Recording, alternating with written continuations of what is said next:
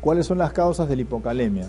Bueno, vamos a ver que las causas de hipocalemia puede ser porque no ingiere muy bien el potasio o la cantidad de potasio que debe ingerir, o porque lo pierde. ¿Por dónde salud? ¿Por dónde lo pierde? Lo pierde por el riñón o lo pierde por el tubo digestivo, o porque el potasio no lo pierde, lo tiene en adecuada cantidad, pero está no en el plasma, sino que se ha metido, se ha redistribuido al interior de las células.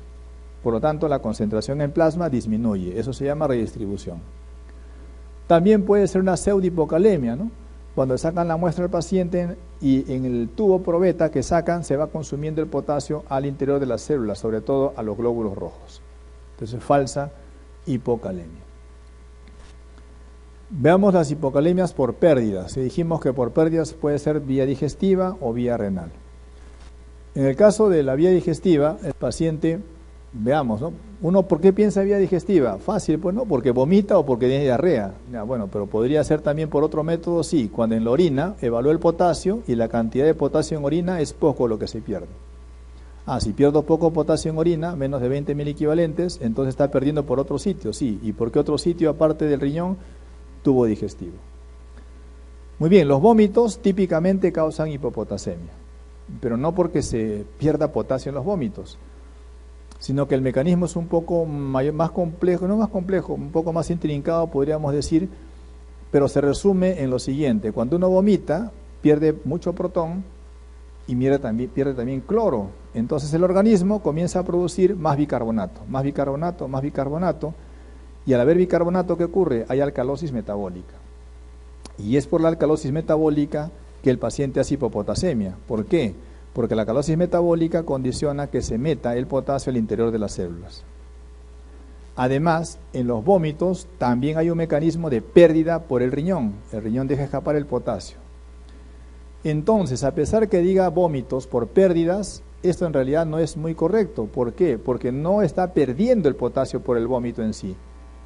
Claro, pero los vómitos desencadenan la alteración del potasio que baje, sí. ¿Y cuál es el mecanismo? Porque se mete, redistribución o por pérdida renal. Entonces, mucho cuidado. Cuando decimos vómitos, el potasio no se pierde por los vómitos. Se pierde por alcalosis o se pierde porque el riñón lo deja perder. En cambio, cuando hay diarrea, ahí sí no hay duda. En la diarrea sí se pierde potasio en grandes proporciones, pero no en cualquier diarrea, en una diarrea profusa. Pero en la diarrea no solo se pierde potasio, ¿qué más se pierde en una diarrea profusa? Bicarbonato. Si se pierde bicarbonato, entonces aparte de hipopotasemia, ¿qué vamos a encontrar? Acidosis metabólica Anion-Gap normal. Y esto es muy particular. ¿Por qué? Porque las hipocalemias frecuentemente se asocian a alcalosis. En cambio, las hiperpotasemias se asocian a acidosis. Ya, pero acá hay una excepción. Cuando hay diarrea, la diarrea que produce hipopotasemia no se asocia a alcalosis, sino se asocia a acidosis. Mucho cuidado. Entonces, no olviden, hipocalemia se asocia casi siempre a alcalosis. Hipocalemia a alcalosis, hipercalemia a acidosis. Acá no cuadra, sí, pues acá no cuadra, ¿no? Porque está asociándose a acidosis, hipocalemia a acidosis, pues no cuadra. En el caso de diarrea no cuadra, pero es uno de las excepciones. ¿Por dónde más se puede perder potasio? Por vía renal, por pérdidas renales. ¿Y cómo sé que en riñón se pierde? Porque el potasio en la orina es más de 20 miliequivalentes por día. Es otra forma de saber si se pierde por vía renal. ¿Y cuáles son las causas más frecuentes? Sin duda, furosemida, sin duda, diurético de asa, furosemida. Pierde potasio. También los tiacidas, pero más potente es el de asa. Bueno, y si no hay diuréticos, ¿qué más puede ser? De repente nuestro paciente tiene un hiperaldosteronismo. ¿Por qué tendría hiperaldosteronismo? Puede tener un tumor, ¿no es cierto? Un tumor de la glándula suprarrenal. Un síndrome de Kohn, por ejemplo, ¿no? Entonces produce mucha aldosterona. ¿Y qué es? Como saben, la aldosterona, ¿qué hace? Reabsorbe sodio y ¿qué bota? Potasio. Bota potasio por el riñón y la orina y entonces el paciente tiene hipopotasemia. Hiperaldosteronismo. Un dato más a recordar sería el hecho de que hay pacientes que tienen potasio bajo en sangre uno le repone el potasio que requiere endovenosa, eso se llaman retos de potasio, le da vía oral potasio, pero el paciente sigue con potasio bajo. Y al día siguiente uno insiste en darle potasio endovenoso, potasio oral, y al día siguiente sigue el potasio bajo. Cuando eso ocurre, es probable que haya un daño concomitante, mejor dicho, una alteración concomitante al potasio, que sería la hipomagnesemia. Es decir, la hipomagnesemia de un paciente perpetúa la hipopotasemia. Y mientras usted no corrija el magnesio, no se puede corregir el potasio. Esto se debe a que el magnesio y el potasio comparten una bomba a nivel tubular, y por lo tanto, si el magnesio está bajo, entonces tampoco se reabsorbe el potasio a nivel tubular y se deja escapar por la orina. Entonces no olviden, causa más frecuente de hipopotasemia refractaria a tratamiento, la causa más frecuente de hipopotasemia refractaria a tratamiento es la hipomagnesemia. Hay otras causas ya un poco más raras, se ve más en niños, acidosis tubular renal tipo 1 y 2, ya saben que es una acidosis tubular renal, lo comentamos al inicio de la clase. Síndrome de Bartter, Gitelman y Liddle también es otro grupo de enfermedades hereditarias que pueden condicionar hipopotasemia, ¿no? Pero son mucho más raras. Hipopotasemia por redistribución, lo que les había comentado, el potasio se mete al interior de las células, no se pierde en el cuerpo, sino se redistribuye. ¿Cuáles son las causas? Alcalosis, acá está, ¿no? O sea, alcalosis se asocia con hipocalemia. ¿Por qué? Porque cuando hay alcalosis, inmediatamente lo que va a ocurrir es que un protón sale de la célula al plasma, y en contraparte del plasma se mete un ion positivo hacia el interior de la célula. ¿Qué ion positivo se mete? El potasio. O sea, hay un intercambio entre protón y potasio. El protón sale de la célula al plasma, y del plasma el potasio se mete al interior de la célula. Por ese motivo, repito, la alcalosis condiciona hipocalemia. La insulina también causa hipocalemia. ¿Por qué? Porque la insulina mete glucosa al interior de la célula, y ¿a quién arrastra? Al potasio. Potasio baja en sangre. Hay una enfermedad rara, en realidad no es muy frecuente, que se llama parálisis periódica hipocalémica familiar, ¿no? Es frecuente, por ejemplo, en el Asia, en Japón, en nuestro medio también. Y esto es un problema ya de canales iónicos, es una enfermedad ya hereditaria, ¿no? El problema de los canales iónicos, que súbitamente se abren, dejan pasar el potasio al interior de la célula, y el paciente está conversando con ustedes, caminando en la calle, y súbitamente se abren los canales y el paciente cae, como decía un profesor mío, cae como una gelatina, ¿no? Por no decir otra expresión, cae como una gelatina al piso. Es una broma, el paciente incluso tiene insuficiencia respiratoria, ¿no? Frecuentemente se desencadena por consumo excesivo de carbohidratos. Algo muy parecido se ve en el paciente que tiene Graves-Basedow. Parecido, ¿no? Solo que acá está asociado al Graves-Basedow. Se llama parálisis periódica con tirotoxicosis. ¿Tendrán algún paciente alguna vez con un Graves-Basedow que presenta esta patología? También, si abusamos de los agonistas beta-2 adrenérgicos, ¿no? Los pacientes asmáticos que están dale con inhalador también pueden hacer hipocalemia, ¿no? Recuerden que el salbutamol en nuestro país se llama así, salbutamol, pero que en otros países tiene el nombre de albuterol, ¿no? Mucho cuidado. ¿Cómo se trata la hipocalemia? Depende si es leve, moderada o severa. Si es leve o moderada, vía oral, suficiente. Pero si es severa, hay que dar endovenoso el manejo, ¿no? Endovenoso. Y endovenoso tiene que ser con catéter venoso central, porque si lo da por forma vía periférica puede causar una flebitis muy intensa. Se coloca un catéter venoso central y en promedio se da 10 miliequivalentes de cloruro de potasio por hora. 10 miliequivalentes de cloruro de potasio por hora. O sea, una ampolla en promedio. ¿Y qué pasa? Que el paciente puede recibir incluso hasta 20 miliequivalentes por hora, pero siempre tiene que estar en monitoreo electrocardiográfico. Es decir, los colegas de la UCI pueden dar, dependiendo de la circunstancia, pueden incluso dar hasta 20 miliequivalentes de cloruro de potasio por hora. Casi digo para los normales, ¿no? Lo que pasa es que los colegas de UCI, pues, cuando van a tomar desayuno, dicen, ya llegamos los dioses del Olimpo, ¿no? Y los de emergencia dicen, ¿cuáles dioses? Los dioses somos nosotros, ¿no? En realidad, emergencias y UCI son un grupo de colegas muy particulares, de hecho que manejan bastante bien a las patologías que les toca, pero no se pueden a veces ver de reojo, ¿no? Entre ellos. Hipercalemia. Hipercalemia es otra patología muy frecuente. Esta sí, al igual que hiponatremia, también es frecuente. y se define cuando el potasio está por encima de 5.5 en sangre. Cuando llega a valores de 7 o más, hay que preocuparse, porque este paciente en cualquier momento ingresa a hacer taquiarritmias. Por eso que asusta mucho, ¿no? La hipercalemia asusta mucho porque el paciente hace taquiarritmias. El cuadro clínico también es básicamente cardiovascular, ¿no? También podemos tener debilidad muscular, parálisis, insuficiencia respiratoria. Y aquí sí hay que tener en cuenta algunos datos en relación con el electro también, ya que los han preguntado en algún momento, ¿no? El primer hallazgo electrocardiográfico en la hipercalemia es la onda T de tetera, que se hace alta y picuda, como acá, ¿no? Alta y picuda. Esto ocurre cuando el paciente tiene un potasio entre 5.5 y 6. Ahí casi siempre ya vamos a encontrar esta onda T picuda. Si pasa del 6 de potasio, empieza a hacer QRCs anchos.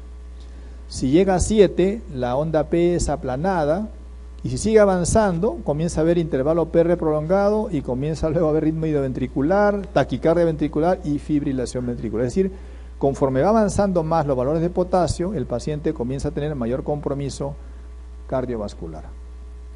No olvidar onda T picuda, el elemento más precoz de hiperpotasemia en el electro, ¿no? Las causas, hipercalemia, igualito. ¿Por qué hay más hipercalemia? Porque consumió mucho, porque no botó el potasio que debía botar por el riñón, porque el potasio se elimina por el riñón y tubo digestivo, principalmente por el riñón. Pero también puede ser por redistribución. ¿Cómo es esto? El potasio sale de la célula hacia el plasma y eleva la concentración. Las causas por las que se retiene potasio y no se eliminan por el riñón. O sea, debería eliminarse por el riñón, pero no se elimina. ¿Por qué? Porque tiene o RC o una IRA. Dos patologías donde está impedido el riñón de excretar potasio, que normalmente lo debe eliminar. Por ese motivo hemos visto hace poco una IRA y una RC dentro de la evolución que hacen hiperpotasemias. La enfermedad de Addison, recuerden también, ¿no? Cuando el paciente no tiene hormonas de la glándula suprarrenal, no tiene mineralocorticoide, no tiene glucocorticoide.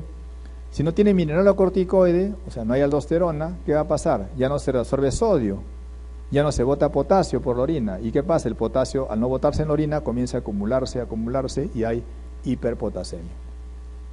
Entonces, retención de potasio en la enfermedad de Addison, ¿no? Addison en nuestro país más frecuente es por tuberculosis, ¿no? También hay otras patologías un poco más raras, ¿no? Hipoaldosteronismo hiporreninémico, o sea, hay poca aldosterona, como en Addison.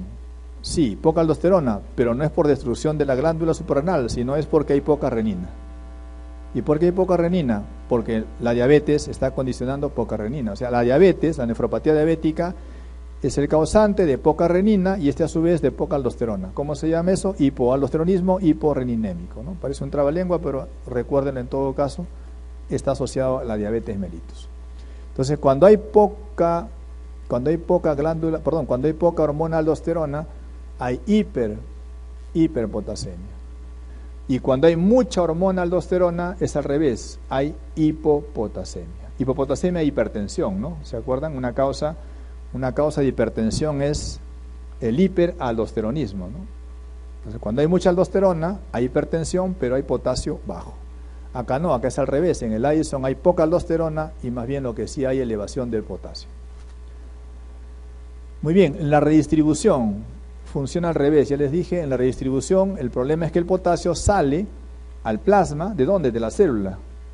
Y en contraparte, el protón ingresa al interior. Entonces, las causas de una hipercalemia por distribución, acidosis, lo que les decía. Cuando hay acidosis, hay hipercalemia. ¿Por qué? Porque cuando hay acidosis, el protón del plasma se mete al interior de la célula y en contraparte de la célula sale un potasio al plasma y eso causa hiperpotasemia. ¿Y qué acidosis hablamos? ¿No? Puede ser acidosis diabética o una acidosis láctica por una falla cardíaca o un infarto. Y así como hay una parálisis periódica hipocalémica, también hay una parálisis periódica hipercalémica, que es más rara, ¿no? La más frecuente es la hipocalémica, pero también hay una variedad que es hipercalémica. El manejo, si es leve o moderada la hipercalemia, básicamente dejaremos pues restricción de potasio en la dieta, ¿no? Hay que dejar de dar fármacos pues que pueden aumentar. ¿Por qué fármacos pueden aumentar el potasio en la sangre? ¿Recuerdan? Bueno, hay varios en realidad, pero son dos que no pueden dejar de recordar. IECAS o ARA2. IECAS o ARA2 elevan potasio en la sangre, así que si el potasio está muy alto en la sangre, usted no pensaría en dar IECA o ARA2. Y otro fármaco que usamos frecuentemente es la espironolactona. La espironolactona también aumenta potasio y por lo tanto tendría que dejar de dar en este grupo de pacientes, ¿no? Puede también usar resina de intercambio iónico, ¿no? El callaxalate es una resina de intercambio iónico vía oral o en enemas, va a captar potasio en el intestino y no lo va a dejar absorber. Es otra forma también de restringir el potasio en el intestino para que se absorba. Pero si el potasio está muy alto, si es una hiperpotasemia severa, ya saben qué hacer. De primera instancia, gluconato de calcio y paralelamente glucosa con insulina, bicarbonato, salbutamol y si no mejora, ya saben, diálisis, ¿no? Si no mejoran, si el potasio sigue elevado, diálisis. Bueno, es un resumen de lo que ya a ustedes les he comentado, ¿no? Gluconato de calcio, bicarbonato, insulina, el salbutamol, que se conoce como albuterol también. Miren, carbonato de calcio a los 5 minutos empieza a actuar. El resto 15-30 minutos, 15-60 minutos, 15-30 minutos. Lo mismo, ¿no? Alcalosis asociado con hipopotasemia, acidosis asociado con hiperpotasemia. No lo olviden. Muy bien, a ver qué opinan de estas preguntas.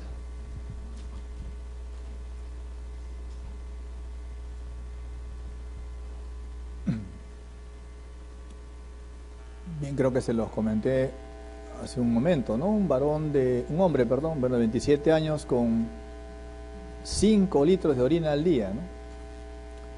Y sed intensa, sufre una contusión cerebral. Claro, ahí no se sabe si el paciente, bueno, no se sabe, pero es lo más probable pues que no sea así, ¿no? O sea, uno no se debe imaginar que el paciente bebe 10 litros o 5 litros de agua y luego por eso tiene pues la diuresis tremenda que tiene, ¿no? Es al revés, aparentemente. El paciente orina 5 litros y producto de la deshidratación de la diuresis tiene sed intensa, ¿no? Es lo más probable.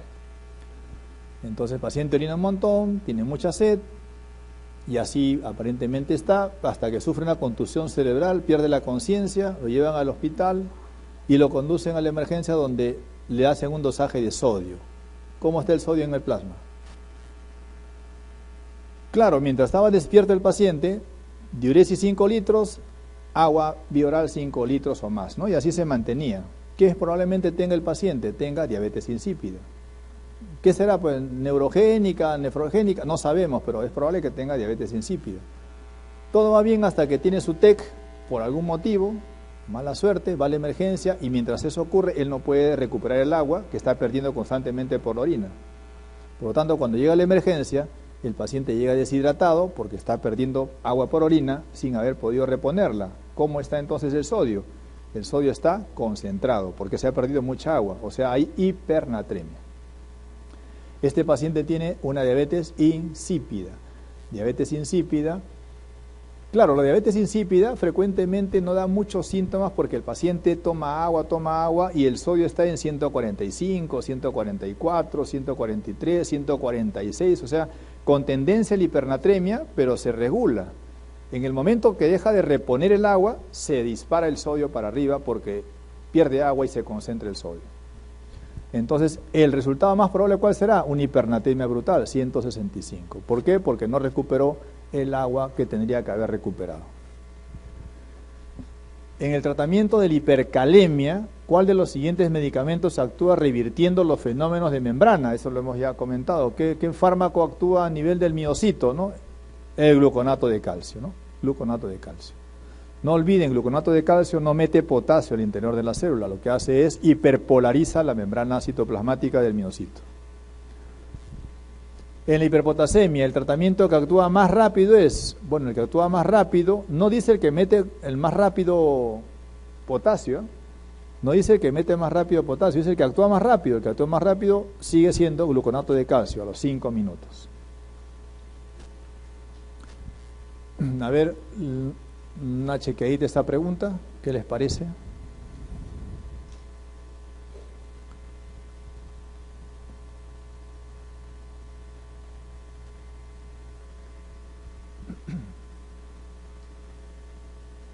Es una mujer de 70 años, una adulta mayor, que a la semana de usar tiazidas lo traen a la emergencia por confusión y convulsiones. ¿Qué creen que haya pasado? Confusión y convulsiones, un SB, pues no es cierto, un infarto cerebral es probable. Claro, como estamos haciendo hiponatremia, ¿no? Se está pensando ya tiazida bota sodio, bota potasio, si bota sodio, hiponatremia, ya, pero en una semana, es poco probable que en una semana una tiazida cause hiponatremia, ¿no? Porque primero que no es muy potente, perdón. Bueno, pues podría ser, sí, pero no es lo más probable. Bueno, pero igual, viene por confusión y convulsiones.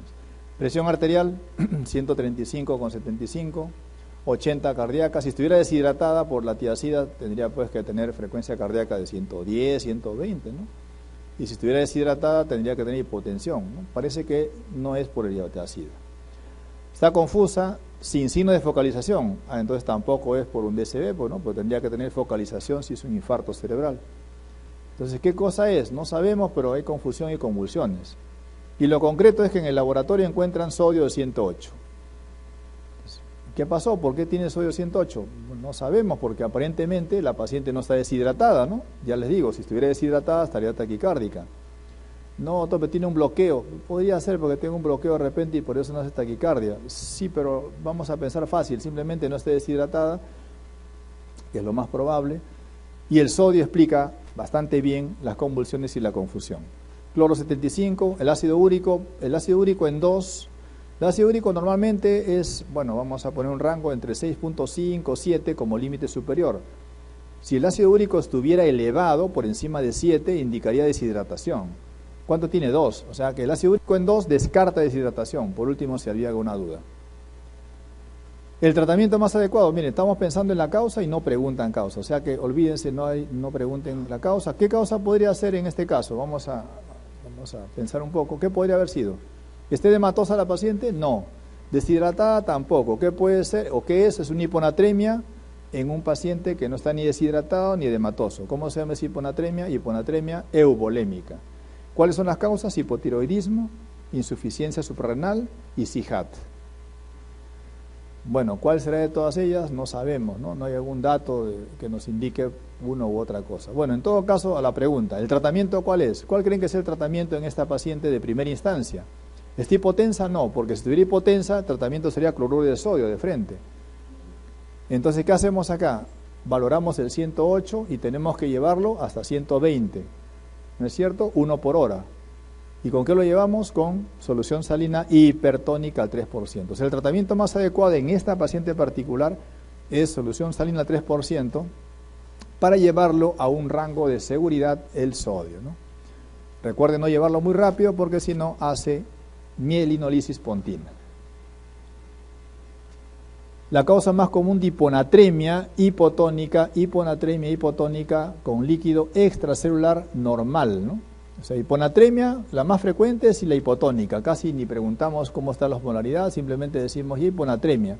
Pero frecuentemente se le pone el dato de hipotónica. Bueno, esta hiponatremia con líquido extracelular normal, o sea, la eubolémica, ¿cuál es la causa más frecuente? De las que están acá. Para empezar, la única causa con eubolemia sería el CIJAT, es la única, porque con diuréticos es deshidratada. Nefropatía que pierde sodio, deshidratada. Cirrosis hepática, edematoso. Falla cardíaca, edematoso. O sea, por descartes es la E. Y efectivamente, el CIJAT es la causa más frecuente de hiponatremia en pacientes hospitalizados. Demuestre primero que no tiene hipotiroidismo, demuestre primero que no tiene insuficiencia suprarrenal y de seguro que tendrá un CIJAT, ¿no? Es muy frecuente. A ver, ¿qué opinan acá?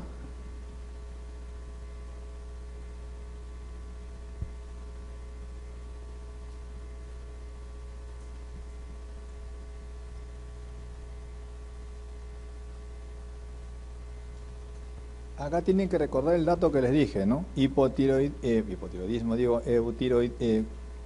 Hiponatremia eubolémica. La hiponatremia eubolémica no está deshidratado ni edematoso, o sea, aparentemente tiene un agua normal, aparentemente, pero frecuentemente tiene un poco de edema. Frecuentemente tiene un poco, o sea, no es que no tenga edema, tiene un poco de edema. Con ese dato ya le estoy ayudando, ¿no es cierto? Nada. A ver, respuesta. Es una pregunta un poco fastidiosa. No es una buena pregunta, es una pregunta del ENAM de hace 2 años, 3 años, no recuerdo bien. Y sí, pues entre los profesores tuvimos no, que puede ser esto, nos llamamos al profe de nefro, nos reunimos y al final llegamos a un consenso, ¿no? En realidad podría ser un poco complicado, vamos a comentarla. Varón de 22 años traído a emergencia por cefalea. Joven, cefalea, ¿qué cosa puede ser? Varón de cefalea, joven, ¿no? Y si viene la emergencia es porque la cefalea es importante, ¿no? ¿Qué podrá ser? De repente, pues, una lesión, un aneurisma, no sabemos, pero viene por convulsiones tónico-crónicas, además, generalizadas y compromiso del sensorio. Una hemorragia cerebronoidea es una posibilidad. Una malformación que se rompió, no sabemos. Pero dejamos de pensar mucho cuando ya el sodio nos dicen que está en 112. Este valor es suficiente razón para pensar en todo lo que está arriba como causa. Listo, el sodio es el responsable de todo. Y nos dan además sodio en orina más de 20 miliequivalentes por litro. Se supone que es más de 20 miliequivalentes por litro, ¿no?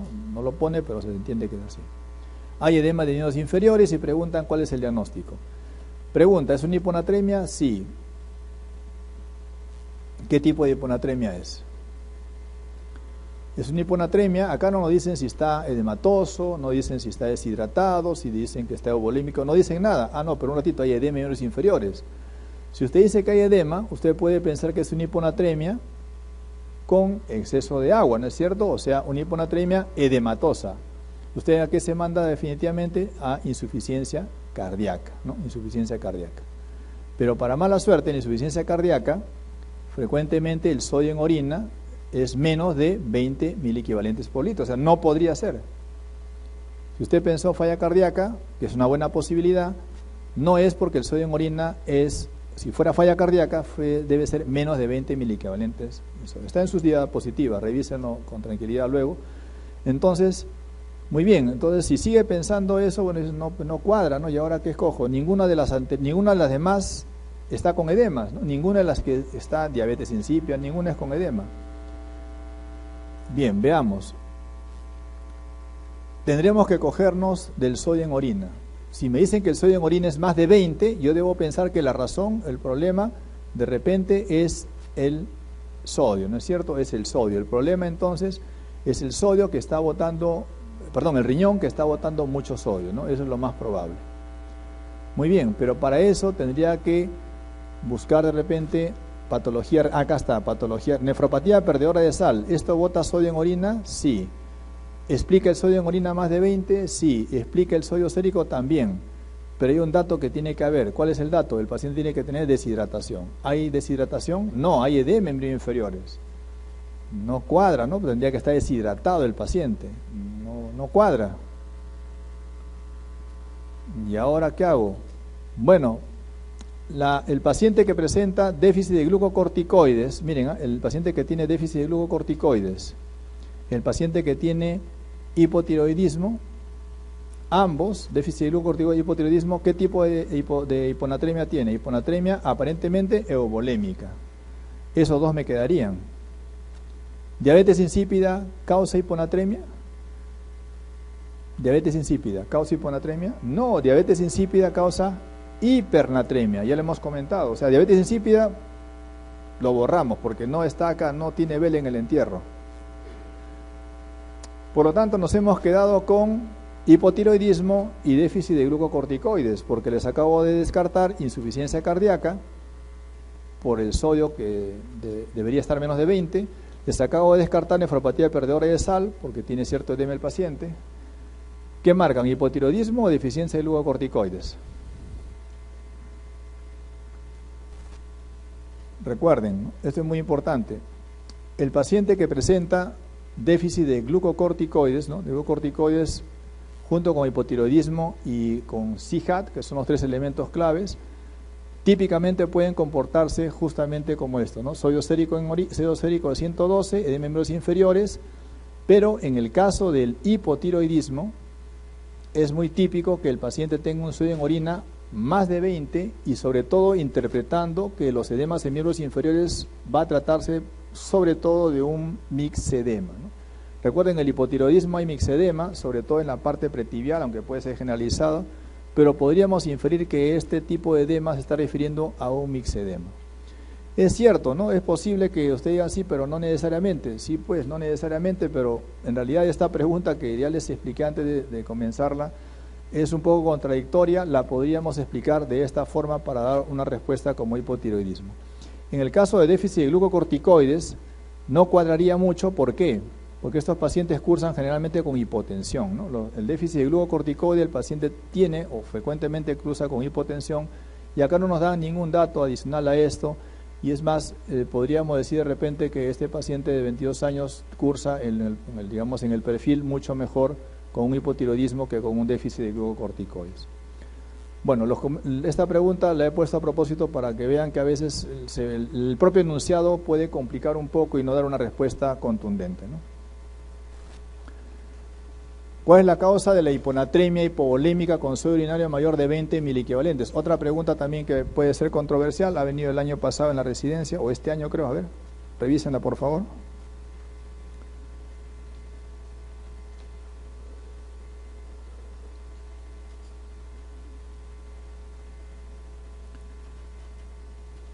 En el caso de la pregunta anterior es una pregunta del ENAM que no tiene respuesta oficial. Por si acaso, esta pregunta no tiene una respuesta oficial, ¿eh? Esta pregunta sí tiene una respuesta oficial, es una pregunta de la residencia médica.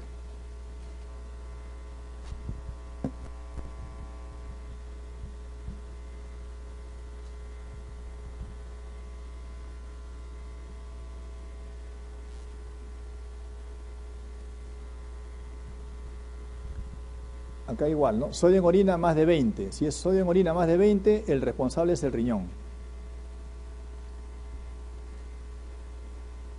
Comenzamos a buscar, ¿no?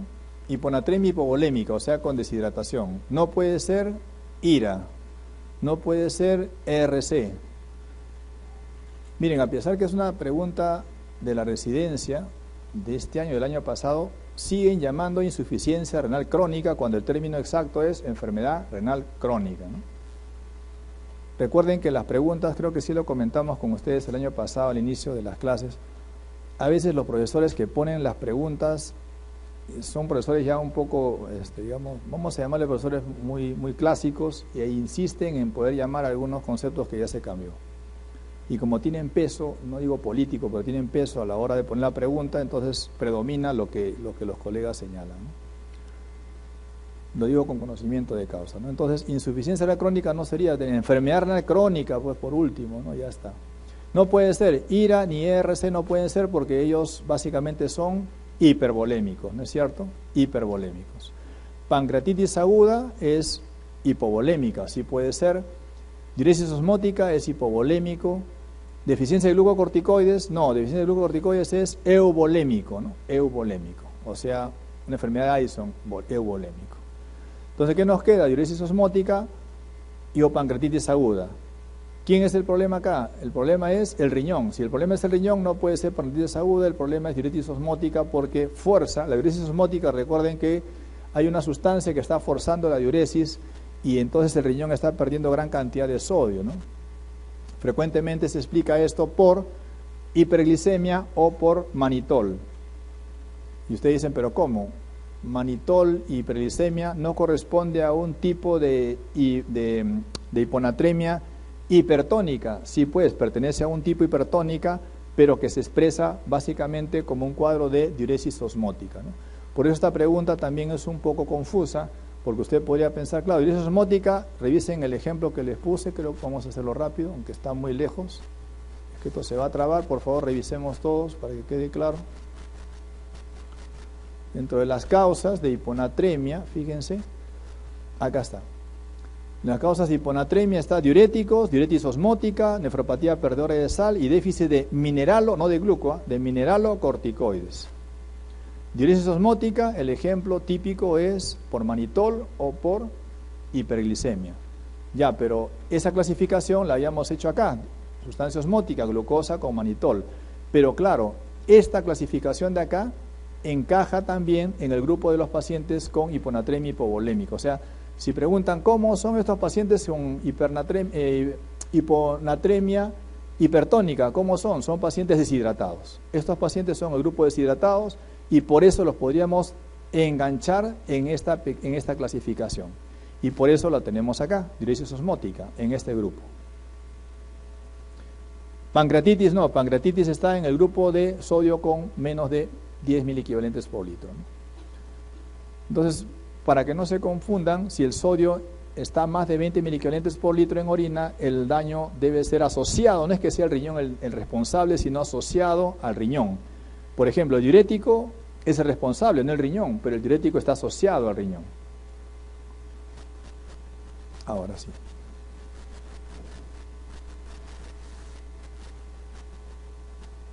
Entonces la respuesta acá es diuresis osmótica, ¿no? Bien, vamos a avanzar un poco esto, tenemos tiempo todavía. Pensé dejar esta parte para mañana, la clase de mañana es más corta en realidad, pero vamos a avanzar hasta donde nos dé el tiempo. Esta última parte es un poco a veces más complicada, es sencilla en realidad, pero a veces los números nos confunden un poco. Veamos, en la dieta frecuentemente vamos a producir una gran cantidad de ácidos, producto del metabolismo de la dieta. ¿Qué se metaboliza en la dieta? Proteínas, carbohidratos y grasas. Cuando se metaboliza carbohidratos y grasas, el tipo de ácidos que se van a producir son ácidos volátiles y se produce una cantidad muy importante de ácidos volátiles. Estos ácidos volátiles básicamente van a ser expulsadas vía mecanismo de expulsión de CO2 por el pulmón. En cambio, cuando tenemos metabolismo proteico, este origina ácidos no volátiles en menor cantidad, pero son un problema, porque al no ser volátiles necesitan ser eliminados por el riñón. Pero mientras sean eliminados por el riñón, tiene que neutralizarse. Y al neutralizarse rápidamente, vamos a tener entonces la presencia de los amortiguadores o buffers, o neutralizadores si quieren llamarlo. Y estas son sustancias que abundan tanto en el extracelular como en el intracelular. ¿Cuál es el buffer más abundante en el extracelular? El bicarbonato. Y en el intracelular, la hemoglobina. Entonces, ante la presencia de un ácido no volátil, el bicarbonato inmediatamente lo tampona. Muy bien, entonces desaparece bicarbonato. Sí, pues el bicarbonato desaparece. Se va consumiendo bicarbonato. Luego, el riñón entonces es el encargado de regenerar el bicarbonato que se consumió y de expulsar el ácido no volátil que está neutralizado. Es decir, un protón, tiene que botar un protón, un ácido es un protón en otras palabras. Entonces el riñón lo que hace es botar protones. ¿Y cómo bota el protón? No lo bota solo, lo bota asociado a otros elementos, lo bota asociado a fosfatos y sulfatos, lo bota asociado al NH3 y se convierte en NH4, ion amonio, muy raro o escasa cantidad como protón solo, pero además, como ya les dije, el riñón cumple la función de regenerar el bicarbonato que se destruyó, vamos a decirlo así, que se consumió al tamponar. Y también, por supuesto, reabsorbe el bicarbonato que no se consumió. Entonces la función renal es fundamental en el proceso de homeostasis de los ácidos no volátiles. ¿Cuál es la forma más abundante o la forma principal como el riñón elimina los protones? Bajo la forma de ion amonio. Esta es la forma más importante como se eliminan los protones. El NH3, el amoníaco, está dentro del túbuli, capta el protón y al captar el protón se convierte en ion amonio y el ion amonio es impermeable al túbuli, con lo cual no se reabsorbe y se va a eliminar por el riñón, o sea, por la orina. El fosfato y sulfato también son elementos importantes y se denomina a esto acidosis titulable. Esta es la acidosis que se puede titular propiamente cuando evaluamos la orina de un paciente.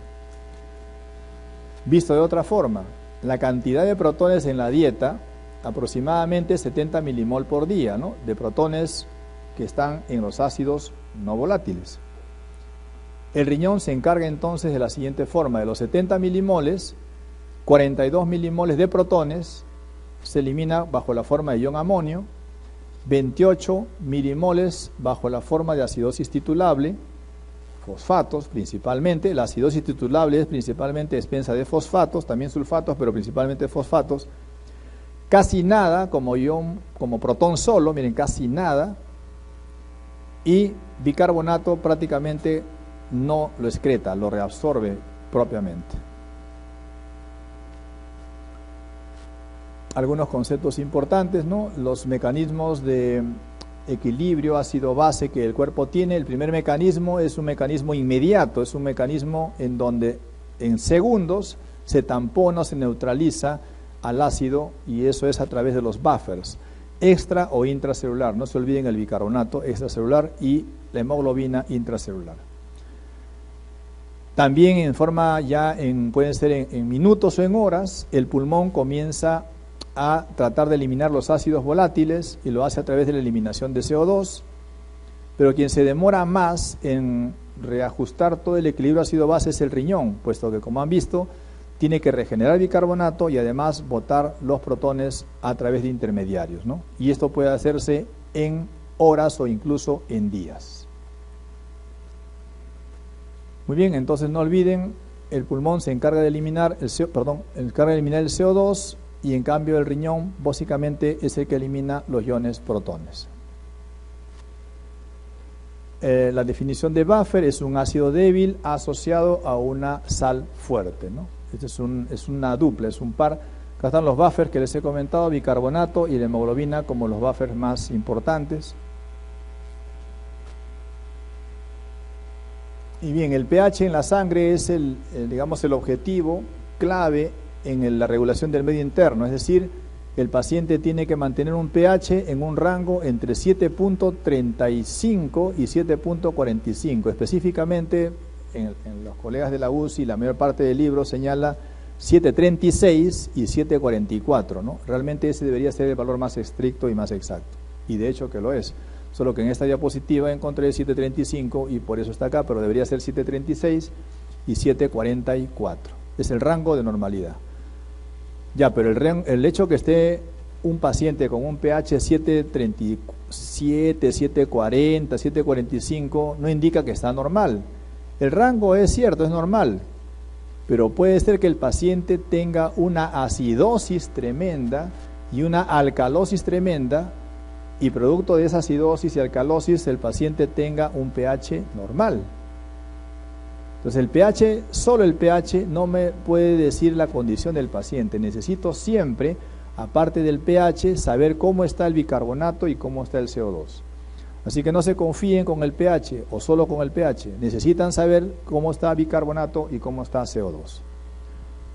Bueno, ¿qué pasa entonces si tengo un pH por debajo de 7.35 o 36, como les he dicho? Significa que el paciente tiene mucho protón, significa que hay acidosis. Y ahora, ¿por qué el paciente tiene mucho protón o por qué hay mucha acidosis? Hay dos posibilidades: o que se ha consumido el bicarbonato o que ha aumentado el CO2. Si hay disminución de bicarbonato, es responsabilidad del riñón. Por ese motivo, cuando hay una acidosis con disminución de bicarbonato, a eso le llamamos acidosis metabólica. En cambio, cuando tengo una acidosis porque aumenta el CO2, eso es responsabilidad del riñón. Y por lo tanto, a esto le llamaré acidosis respiratoria. Entonces, algo debe estar fallando en el cual el bicarbonato está disminuido y el riñón debe ser responsable, o algo debe estar fallando donde el CO2 está aumentado y el pulmón debe ser responsable. Por otra parte, al revés, si hay pocos protones o menos protones en el cuerpo y hace que el pH esté por encima de 7.45, entonces esa condición se llama alcalosis. ¿Y por qué habrá alcalosis? Igual por dos motivos: o porque hay mucho bicarbonato, en cuyo caso, otra vez, el responsable es el riñón y esto se llama alcalosis metabólica, o porque hay poco CO2 en la sangre, poca presión parcial de CO2. ¿Y quién debe ser responsable? El pulmón. Entonces, mucho cuidado, estas definiciones de acidosis metabólica, acidosis respiratoria, alcalosis metabólica y respiratoria, están en función a cuál es el elemento, CO2 o bicarbonato, que está como responsable directo del trastorno del medio interno. Bien, este concepto es muy importante. Con este concepto vamos a terminar. Y hay tiempo para que ustedes revisen y todo, y mañana continuemos. Miren, normalmente deben haber la misma cantidad de iones positivos en el plasma que de iones negativos. Entonces, ¿qué iones positivos hay en el plasma? Bueno, el sodio, pues sin duda, ¿no? Sodio. Solo el sodio, no, también está el potasio y algunos otros iones. Pero a ver, ¿el sodio cuánto está? 140. Y el potasio, 4. 140 a 4, prácticamente es insignificante el potasio. Por ese motivo, en casi todas las fórmulas que ustedes van a ver, el potasio no se toma en cuenta. Solo se toma en cuenta el ion sodio como un ion positivo en el extracelular, en el plasma. ¿Y qué iones negativos hay en el plasma que contrarrestan la neutralidad del sodio? Hay varios: cloro, bicarbonato y otros. A ver, pero veamos. Cloro, ¿cuánto es el cloro promedio? 104. ¿Cuánto es el bicarbonato promedio? 24. Si sumamos 104 más 24, 128. Le falta para neutralizar 140. ¿Cuánto le falta? Le falta esos otros aniones, esos otros aniones negativos que existen normalmente. ¿Qué iones negativos existen normalmente? Está, por ejemplo, el lactato, el sulfato, está de repente bueno, tenemos iones negativos como las proteínas, por ejemplo, ¿no? Las proteínas también son iones negativos. Entonces tenemos muchos otros iones negativos, ¿no? Fosfato, sulfato, lactato, iones negativos. Todos ellos son en pequeñas cantidades y todos ellos juntos suman lo que le falta a 128 para que llegue a 140 y neutralice. ¿Y cuánto le falta a 128 para que llegue a 140? 12. ¿Y qué cosa es 12? 12 son esos otros aniones negativos que son necesarios que estén presentes normalmente en sangre. 12 más menos 2, ¿no? Aquí siempre casi todo es más menos 2, más menos 2. O sea, entre 10 y 14 milequivalentes de otros aniones son los que se necesitan. ¿Y cómo se llama esto? Se llama anion gap. Se llama la brecha, se llama el pedazo o el pedazo que falta de iones negativos para que neutralice a 140. Bueno, le llaman pues anion gap o brecha aniónica, por si acaso son nombres alternativos que se dan, ¿no? Entonces, nosotros acá lo conocemos como anion gap frecuentemente. Ahora, ¿qué pasa y por qué es importante estos aniones gap? ¿Por qué tanto laberinto con ellos? Porque ¿qué pasa? Miren, ¿qué pasa si el bicarbonato disminuye? Imagínense que el bicarbonato disminuye acá. Si disminuye bicarbonato, para mantener la neutralidad con el sodio, o aumenta cloro o aumenta otros aniones, o sea, el anion gap. Imaginemos un primer ejemplo. Imaginemos que el bicarbonato baja porque se consume para tamponar ácidos en exceso. Imagínense pues la diabetes, ¿no? Cetoácidos en gran cantidad, bicarbonato los tampona. Perfecto. ¿Bajó bicarbonato? Sí. ¿Quién sube? ¿Cloro o otros aniones? Porque tiene que subir alguien. Sube otros aniones. ¿Por qué? Porque el efecto de tamponar ácidos genera iones negativos, que va a contribuir a estos otros aniones. Cloro no se mueve. Por lo tanto, si baja bicarbonato porque tamponó ácido, cloro no se mueve y suben otros aniones. ¿Cómo se llama este contexto? Si baja bicarbonato, ¿qué cosa es? Acidosis metabólica. Miren. Baja bicarbonato, acidosis metabólica. Entonces, si baja bicarbonato, hay acidosis metabólica, pero esa acidosis metabólica es debido a que han habido ácidos en exceso. ¿Y eso qué ha originado? Anion gap alto. Entonces, cuando dicen acidosis metabólica, anion gap alto, significa que han habido ácidos en exceso que se han tenido que neutralizar. Pero ¿acaso el bicarbonato no se consume porque hay otros ácidos? Siempre, no, porque el bicarbonato puede disminuir porque se pierde del cuerpo, sin tamponar a nadie. Es decir, el bicarbonato puede eliminarse en una diarrea profusa, lo comentamos, ¿no? Paciente con diarrea brutal pierde bicarbonato. ¿Está perdiendo porque tampona ácidos? No, está perdiéndolo porque hay una patología que causa diarrea, o no solo por diarrea, también porque pierde por el riñón. Entonces, si el bicarbonato se pierde por el riñón o por la vía urinaria, disminuye bicarbonato, pero no va a condicionar que aumente estos aniones porque no está tamponando. Entonces, ¿qué se eleva? Si baja bicarbonato y esto no se eleva, se mantiene constante, lo que se eleva es el cloro. Entonces, al bajar bicarbonato, ¿hay acidosis metabólica otra vez? Sí, hay acidosis metabólica, pero el anion gap se ha mantenido normal. O sea, hay una acidosis metabólica, anion gap normal. ¿Y qué es elevado? El cloro. Entonces, la acidosis metabólica, anion gap normal, también se llama acidosis metabólica hiperclorémica. ¿Y para qué me sirve saber qué es acidosis metabólica, anion gap normal? Me sirve porque así sé que el bicarbonato no se ha consumido con tampones, sé que no hay ácidos en exceso en el cuerpo, sino que hay una patología que está perdiéndola. Tendré que buscar tubo digestivo, diarrea crónica profusa, o tendré que buscar en el riñón alguna patología que pierda bicarbonato. Ejemplo, acidosis tubular renal.